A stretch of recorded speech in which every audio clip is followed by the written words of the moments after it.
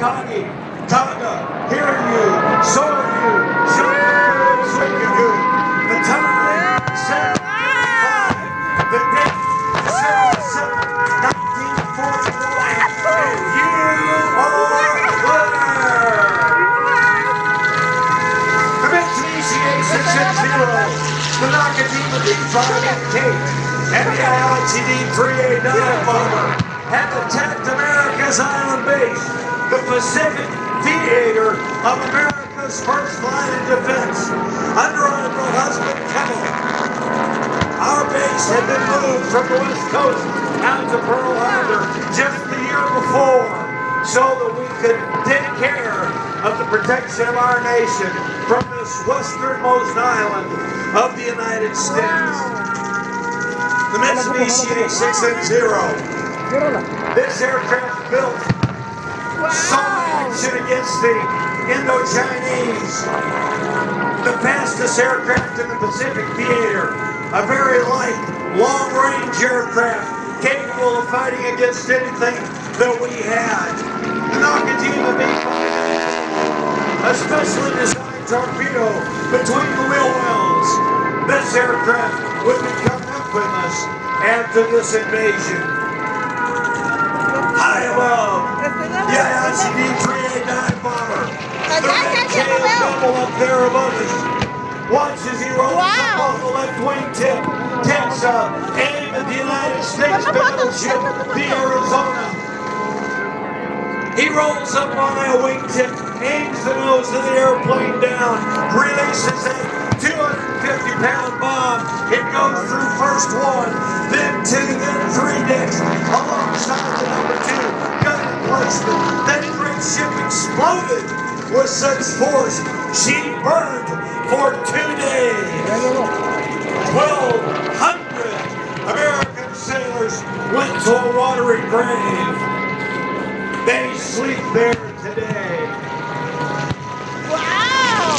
One of the young officers in the command center sent out a radio program, and he said, "This is no drill. Pearl Harbor is being attacked."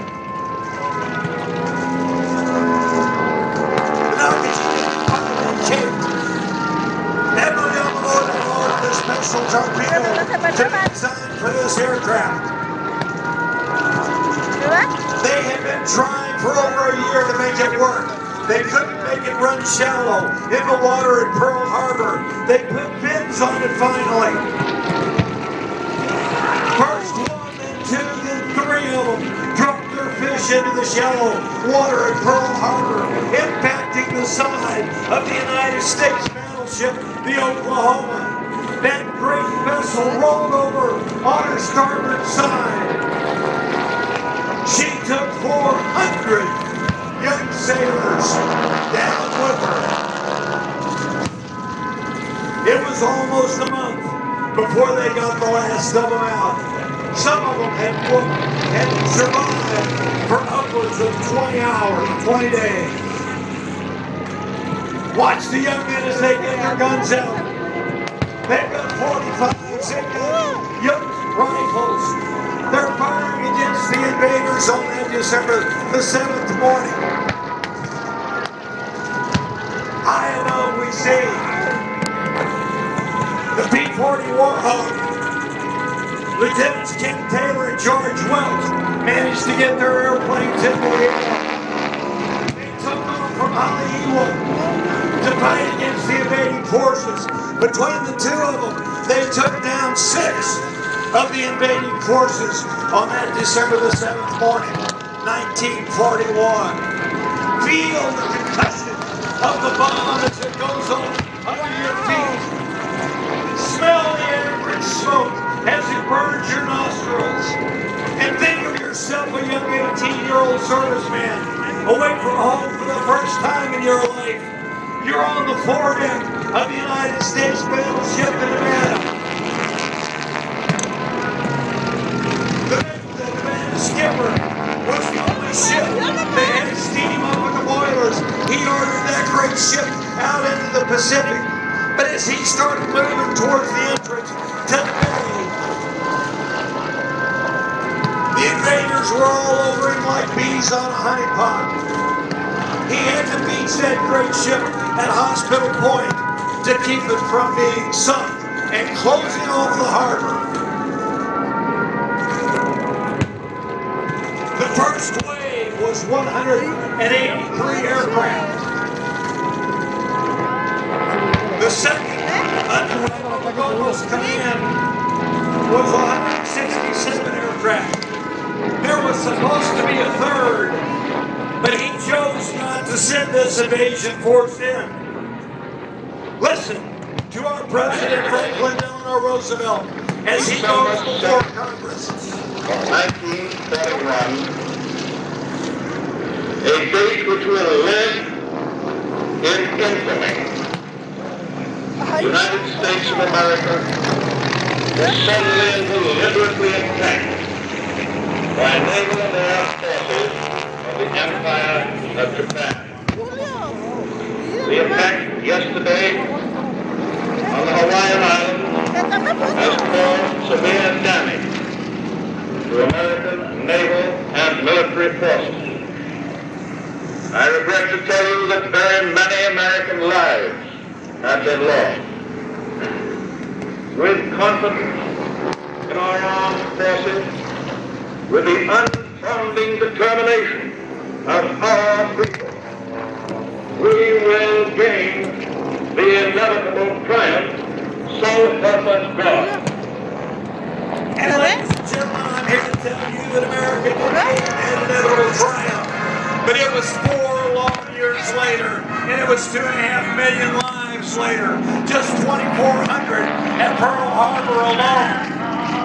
When Admiral Yamamoto got word of how successful they were, he closed his eyes and he said, I fear we have done nothing more than to awaken a sleeping giant, and filled him with a great resolve. Ladies and gentlemen, as a result of the invasion of Pearl Harbor, America pulled herself together as she never had before. Rosie became a riveter. We started building Liberty ships at the rate of 1 a day. Young boys with their Red Ryder wagons were going through town, picking up trash and picking up aluminum and metal and all of those things. Everybody was on ration tickets. America pulled together because they believed in the motto, remember Pearl Harbor. As we listen to the great King Smith, I want you to think about something. Please do not misconstrue what we do here today. For if America never becomes involved in war again, it'll be too soon. But we must never ever lose sight of the fact that America is the bulwark of freedom throughout the world. Whether it was World War I, or II, or Korea, or Vietnam, or Panama, or the Persian Gulf, or Iraq, and now fighting in Afghanistan. Ladies and gentlemen, it's the young men and women that wear the uniform of this great nation that allows us to be the greatest free nation in the world. Do you believe that, Oshkosh? If you will put your hands together and let them hear you all the way down the Pongo line, I want you to take a moment, and when you see a young man or woman in uniform, stop and say hello. Tell them how much you appreciate what they do for us. And thank you for wearing the uniform of the greatest free nation in the world.